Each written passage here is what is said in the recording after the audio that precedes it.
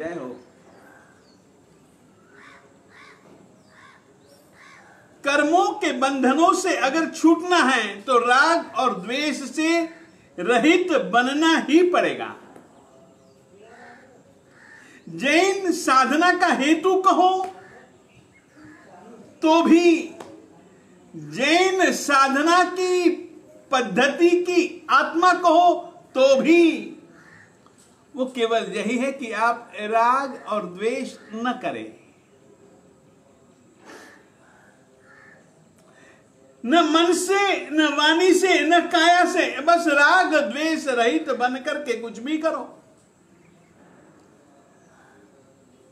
राग द्वेष विहीन बन करके करने का मतलब केवल इतना है, हम अपना चित्त उसमें नहीं जोड़ेंगे, परंतु परमात्मा की प्रार्थना में हम जय वीराय जो बोलते हैं, उसमें हम परमात्मा ने राग और द्वेष को क्षीण करने के लिए जो साधना की, जितनी जागृति रखी कि राग और द्वेष के निमित्त मिलने के बाद में भी राग द्वेष जो नहीं किया, साहब तुम्हारा वह परम गुण है। सामान्यतया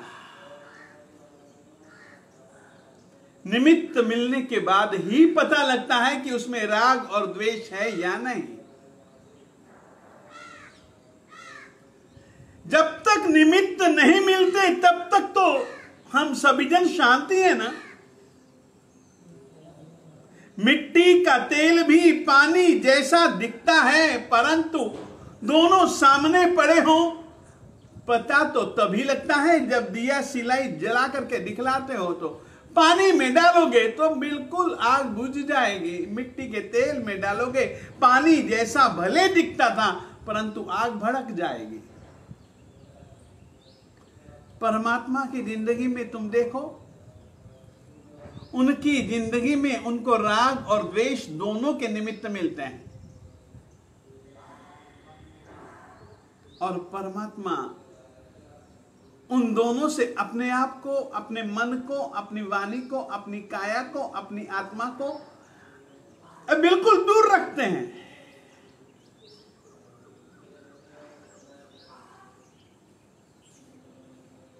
जैन परंपरा की साधना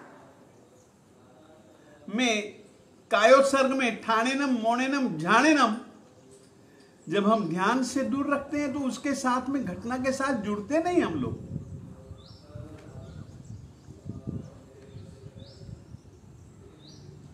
बन सके तो साक्षी भाव में हम रह सकते हैं, हम ऐसी चीजों के साक्षी भी नहीं बनेंगे। साक्षी बनोगे तो राग और द्वेष से विहीन बन सकते हो तुम, केवल साक्षी रहो तो। जय वीराय। परमात्मा राग और द्वेष से विहीन है, इसीलिए हम उससे प्रार्थना करते हैं, तुह पभावो होउ ममम। मैं जो प्रार्थना करूंगा वो भी राग और द्वेष से विहीन बनने के लिए करूंगा। याद रखिए, परमात्मा के सामने जो प्रार्थना करनी चाहिए, जैसी प्रार्थनाएं रखी गई हैं हमारे पूर्वाचार्यों के द्वारा, वो राग द्वेष से विहीन बनने के लिए ही प्रार्थना है। पहली प्रार्थना है भव निव्यो, दूसरी प्रार्थना है मग्गानुसारिया, तीसरी प्रार्थना है इट्ठ फल सिद्धि, चौथी है लोग विरुद्ध, पांचवी प्रार्थना है गुरु जन पुआ। जय वीराय जगगुरु हो ममम, तुह पभावो भयमम भवनिव्यो, मग्गानुसारिया, इट्ठ फल सिद्धि, लोग विरुद्ध चाओ, गुरु जन पुआ, परर्थ करणम च। छठी प्रार्थना है परार्थ करण, सुह गुरु जोगो, 7वीं प्रार्थना है शुभ गुरु का योग। 8वीं प्रार्थना है तब वयन सेवना, उनके आज्ञाओं का पालन, उनके वचनों का पालन तब तक के लिए है, केवल इस भव के संबंध तक ही नहीं है, जब तक मैं जीऊं तब तक के लिए नहीं है ये प्रार्थनाएं। आ भवम, जब तक कि ये मेरी जन्म मरण की परंपरा चालू रहे, जब तक कि मैं राग द्वेष से मुक्त न बन जाऊं, कर्मों से विहीन न बन जाऊं। आ भवम। और ये नहीं है आज मान ली कल नहीं मानेंगे हम, ऐसा नहीं, अखंडा। फिर उसके बाद की प्रार्थना है वारिजयी जैवी नियान बंधनम वीराय तुह समय तहवी मम हुज्ज सेवा भवे भवे तुम्ह चरणानम। फिर उसके बाद की प्रार्थना है दुख खो कम्मक खो समाही मरणम बहुई लाभो संपज्जो महयम तुहना। ये 13 प्रार्थनाएं हैं। एक एक प्रार्थना का बड़ा सुंदर भाव है, भव निव्य। सबसे पहले साधक चाहता है कि साहब अभी तक निगोद से लेकर के अभी तक भव बार बार मेरा जन्म है, जन्म है तो मरण भी है, जन्म मरण के साथ में बीच में जीवन भी है। साहब ये जन्म जीवन मरण साहब बहुत हो लिया, अब इससे मुझको उदासीनता दिलाओ।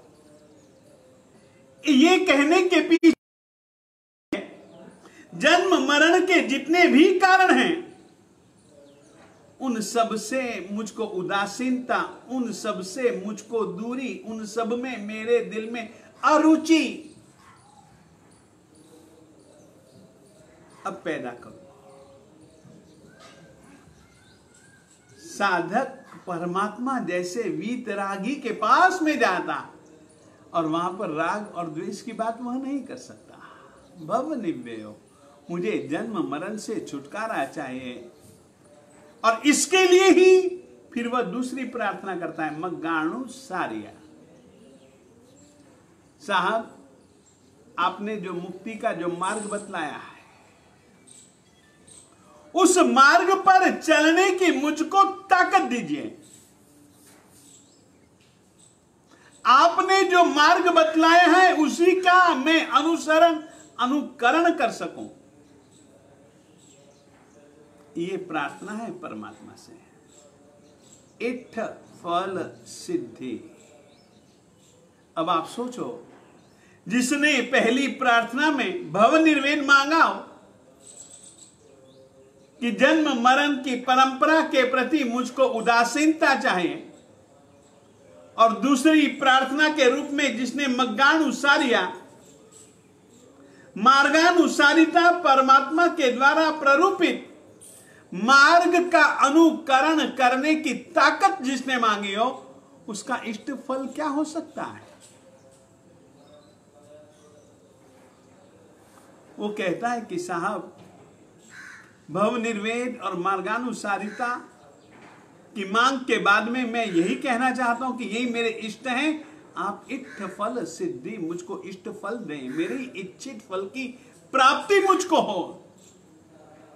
लोक विरुद्ध चाओ। परमात्मा का जो भक्त होगा वो लोक विरुद्ध काम नहीं करेगा। लोक विरुद्ध काम कुछ हमारे पूर्वाचार्यों ने बताए हैं, लगभग हम सबकी निंदा करते रहते हैं। ये लोक विरुद्ध काम है। जो गुण समृद्ध लोग हैं, जो गुणी लोग हैं, उनकी भी अपन लोग अवहेलना करते हैं, उनकी भी अपन लोग निंदा करते हैं। विशेष करके उनकी निंदा का भी त्याग करना चाहिए। अब कई जन ऐसे होते हैं जो कि बड़े सरल होते हैं, वे ऐसा नहीं जानते, परंतु उनको केवल एक विश्वास होता है कि परमात्मा के द्वारा बताई गई क्रिया है ना, वो हमको करनी चाहिए। अब क्रिया करने की भावना है, मगर क्रिया करने की रीति उसको याद नहीं, उसने समझी नहीं, उसने सीखी नहीं। वो बच्चे की तरह उन क्रियाओं के लिए चेष्टा करता है, और यदि हम उसकी चेष्टाओं को देख करके हंसते हैं तो ये भी लोक विरुद्ध चाहो, ये भी काम खराब काम है, लोक विरुद्ध काम है। और रीढ़ा जन पूज निजानम, प्राय करके अपन लोग देखें,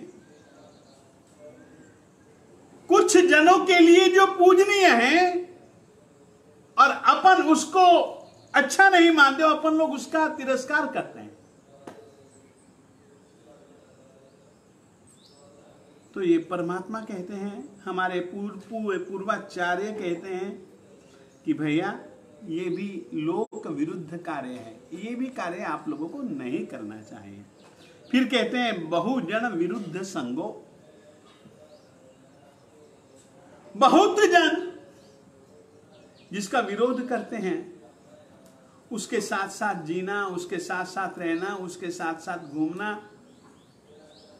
ये भी परमात्मा कहते हैं, ये भी लोक में इसको हम अच्छा नहीं मानते हैं। यह कार्य भी लोक विरुद्ध कार्य है। फिर कहते हैं देशाचारस्य लंघनम चेव,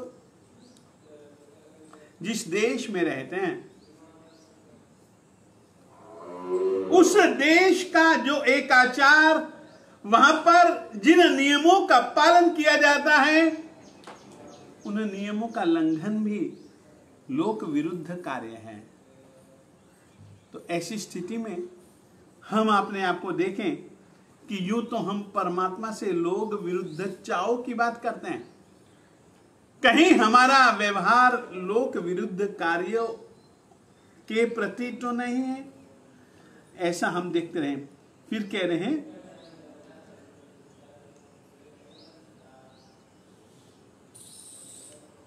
उवनमो मोह तहा दाना ही, हाँ समझ गया।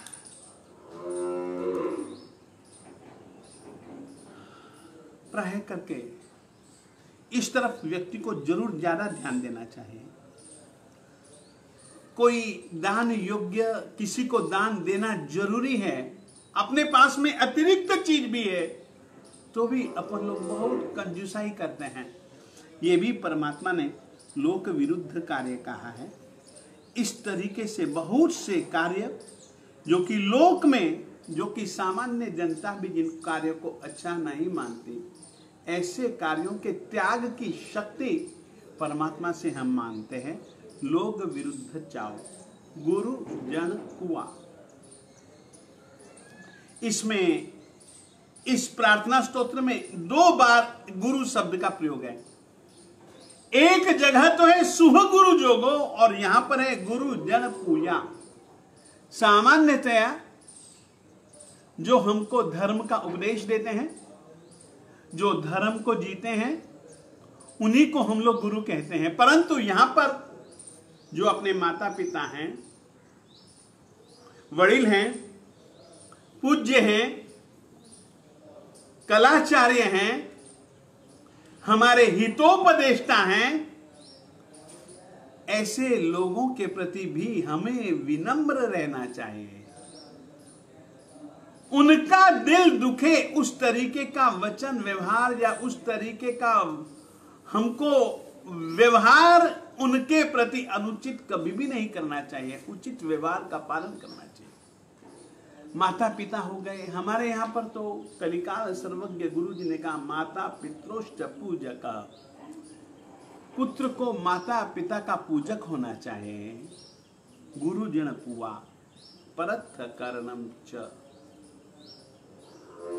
अगर अपने पास में शक्ति है तो परार्थ करण, हम दूसरों का हित करें, दूसरों के बहुत जरूरी काम जो हैं, उनके जो प्रयोजन हैं, उन प्रयोजनों का हम निष्पादन करें, ये उस तरीके का परथ करणम च। सुह गुरु जोगो, जो हमारी आत्मा का शुभ कर सकता है। ऐसे जो गुरुजन हैं, उन गुरुओं का हमको योग प्राप्त हो, उन गुरुओं के संग हमको जीने का हमको अवसर प्राप्त हो। तवयन सेवना आभव मखंडा, हमको जब तक कि हमारे जन्म मरण की परंपरा है तब तक के लिए ये चीजें परमात्मा हमको अखंडा, बीच में कभी भी खंडित ना हो सके, उस रीति से हमको साहब ये चीजें आपकी कृपा से प्राप्त हो। वारिजयी उसके बाद के लिए प्रार्थना करने से पहले साधक कहता है वारिजयी जईवी नियान बंधनम वीराय तुह समय। हे वितराग परमात्मा, तेरे आगमों में तो वारिजयी जिसको रोका गया है, मना किया गया है कि साधक को इस तरीके से निदान का बंधन कभी भी नहीं करना चाहिए, तो भी साहब मैं नियाने जैसा एक संकल्प करता हूं। नियान बंधनम तुह समय तहवी मम हुज सेवा भवे भवे तुम्ह चरणानम। भवो भव तेरे चरणों की सेवा मुझको प्राप्त होती रहे। सोचिए,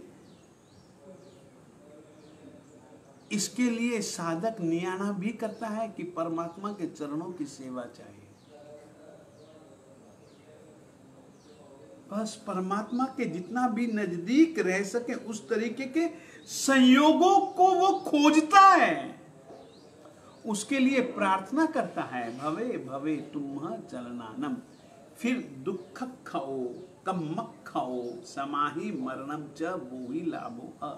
ये प्रार्थना है, दुखों का क्षय हो, कर्मों का क्षय हो, दुख खाओ कम्मक खाओ समाहि मरणम च, और मरना तो है ही, मगर मैं समभाव में रह करके आधि व्याधि उपाधियों से मुक्त रह करके समाधि पूर्वक मुझको मौत प्राप्त हो। समाहि मरणम च मोहि लाभो अ। साहब मुझको सम्यक ज्ञान चाहिए, सम्यक ज्ञान की प्राप्ति हो। ये 13 प्रार्थनाएं भक्त परमात्मा से करता है। परमात्मा के सिवाय इन चीजों के लिए प्रार्थना और किसी से भी वह नहीं करता। यदि करेगा तो सेकंड नंबर पर गुरु जी से करेगा कि साहब मुझको बहुत रुल लिया, बहुत घूम लिया, ये संसार, ये इंद्रियों के विषय बहुत अनुभव करके देख लिया, कहीं तृप्ति नहीं मिली साहब, और राग द्वेष बढ़ता ही जा रहा है साहब। साहब छुड़वाओ ये सब कुछ, इस संसार से मुझको छुटकारा चाहिए। ये भावना प्रत्येक श्रावक श्राविका में होनी ही चाहिए। साधु तो उस भावना को जीता है, उस भावना को पूरी करने का प्रयास कर रहा है, तो भी वह भी यही कहता है कि साहब बाबू निवले हो। बहुत अच्छी प्रार्थनाएं हैं। हमें परमात्मा के सामने क्या मांगना है, क्या नहीं मांगना है। हमें संसार नहीं मांगना है, हमें मुक्ति के लिए प्रयास करना है। तो मुक्ति के लिए जो कुछ भी चाहना है वह उसके सामने प्रस्तुत करनी है। इस तरीके से हमारे यहाँ पर परमात्मा से प्रार्थना की जाती है। सचमुच में भक्ति के साथ साथ भक्त अपनी आत्मा परमात्मा के सामने खोल करके रखता है इन प्रार्थनाओं के माध्यम से। मैं इतना ही कहना चाहूंगा, परमात्मा के पास में जाकर के संसार की, इंद्रियों के विषयों की कभी भी प्रार्थना मत कीजिए।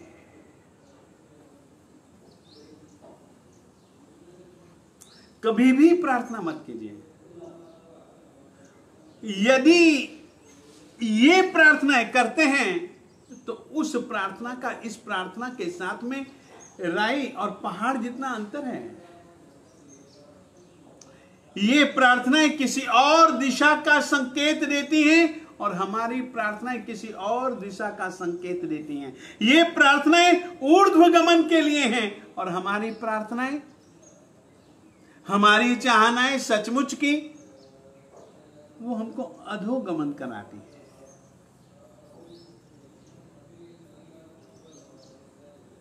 परमात्मा के पास में जाकर के हमें उसके जैसी पावनता चाहिए। पावनता के लिए राग और द्वेष से रहित होना पड़ेगा।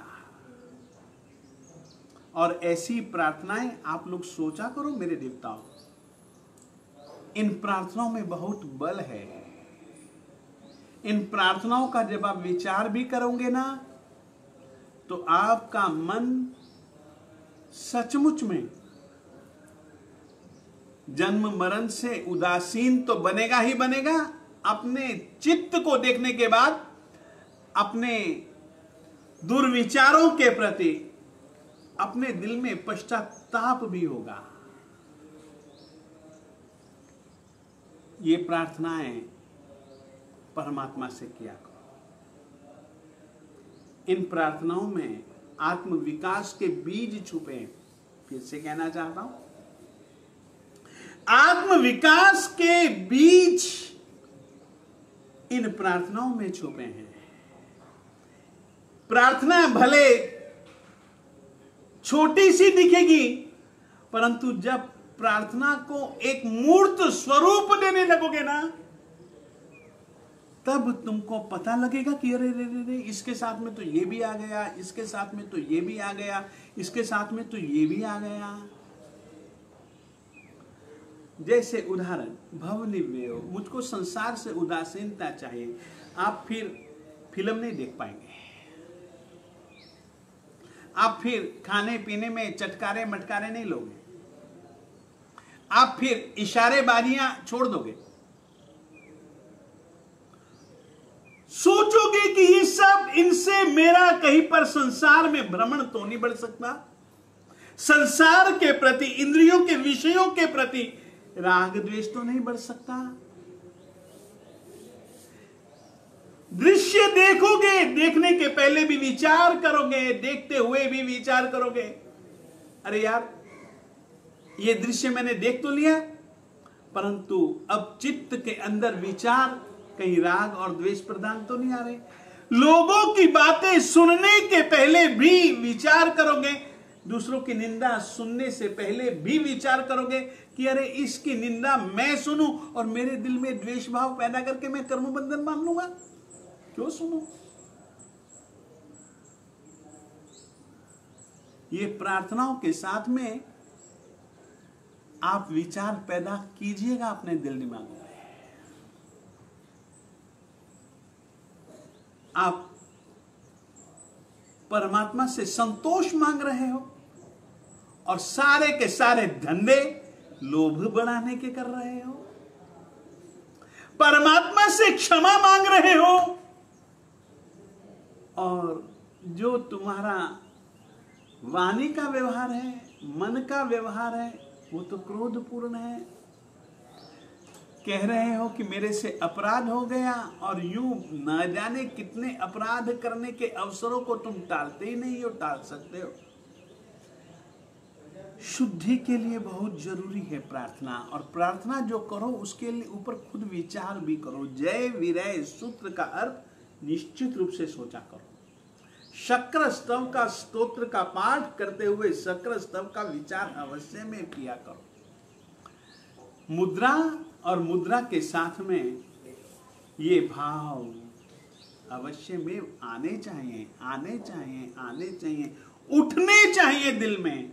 और केवल ये उठने ही नहीं चाहिए, आप ऐसा प्रयास करो, और मैं कह सकता हूं आप थोड़ा सा प्रयास करोगे उस प्रयास में बल आपको परमात्मा देगा। तू अब परोपकार देखना है। मेरे दिल में तो ये भाव भी पैदा ना हो, साहब तेरे कारण से पैदा हुए हैं और तेरी कृपा से पूरे होंगे। एक छोटा सा प्रसंग है।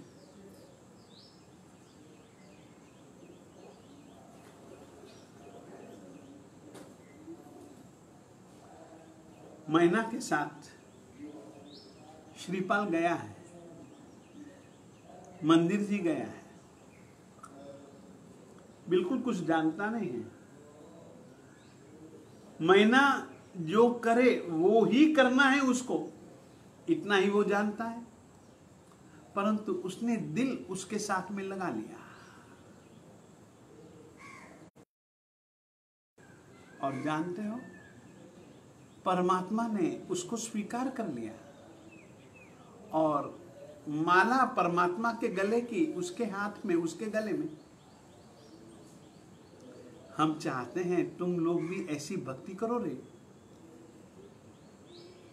फिर से कहना चाहता हूं, एक छोटा सा प्रसंग है।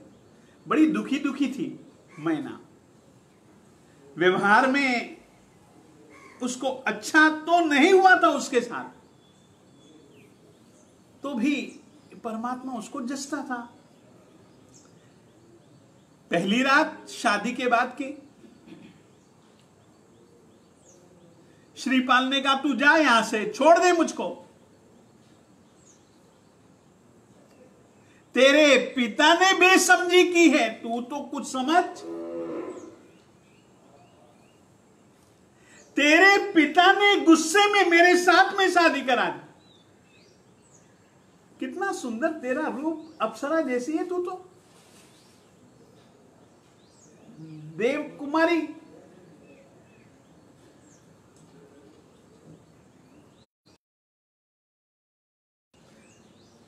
हंसिनी की शादी कौवे से कभी भी उचित नहीं है। छोड़ दे तू मुझको, मैं ही तुझको कहता हूं। रात यही वो मनाता रहा, नहीं माने। सुबह हुई, उसने कहा छोड़ो अब इस जंजाल को, इस बात को, चले अपने मंदिर जी चले। मंदिर जी गया। बचपन में ही, यानी कि जब वह मां उसको गोदी में उठाती है, उस समय से ही जो कोड़ियों के साथ में रहा, अभी तक कोड़ियों के बीच में ही रहा, अभी भी कोड़ियों के बीच में है, किसी महल में नहीं है, कोड़ियों के बीच में ही है। मैना कहती है तो चले। गया और तो कुछ नहीं, मैना जैसी करे वैसा करना है। मैना जो कहे वो करना है। जानती वो है, परंतु मेरे पास में भी तो कोई दिल है ना।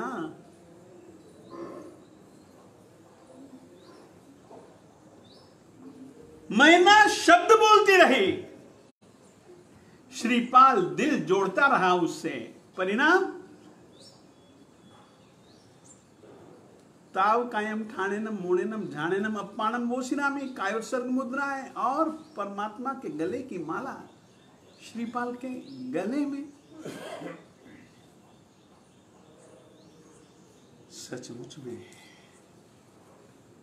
ये दिल की भक्ति की स्वीकृति है। हम यही चाहेंगे, परमात्मा से ये प्रार्थनाएं दिल से करो और परमात्मा तुम्हारी भक्ति के समान तुम्हारी प्रार्थनाओं को स्वीकारे और इन प्रार्थनाओं के अनुरूप जीने का तुम प्रयास करो और उस प्रयास में परमात्मा तुमको सफलता दिलाए।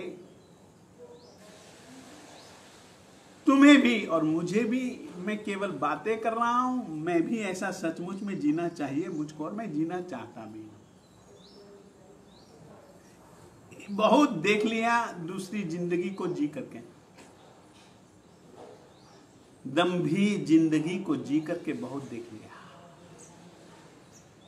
ये जीवन, ये प्रार्थना है कुछ दिल की सच्चाई बने, जीवन की सच्चाई बने तो हर अच्छाई अपनी जिंदगी में आएगी। इतना विश्वास रखना हूं। इतना ही आज। श्री वल्लभ गुरु के चरणों में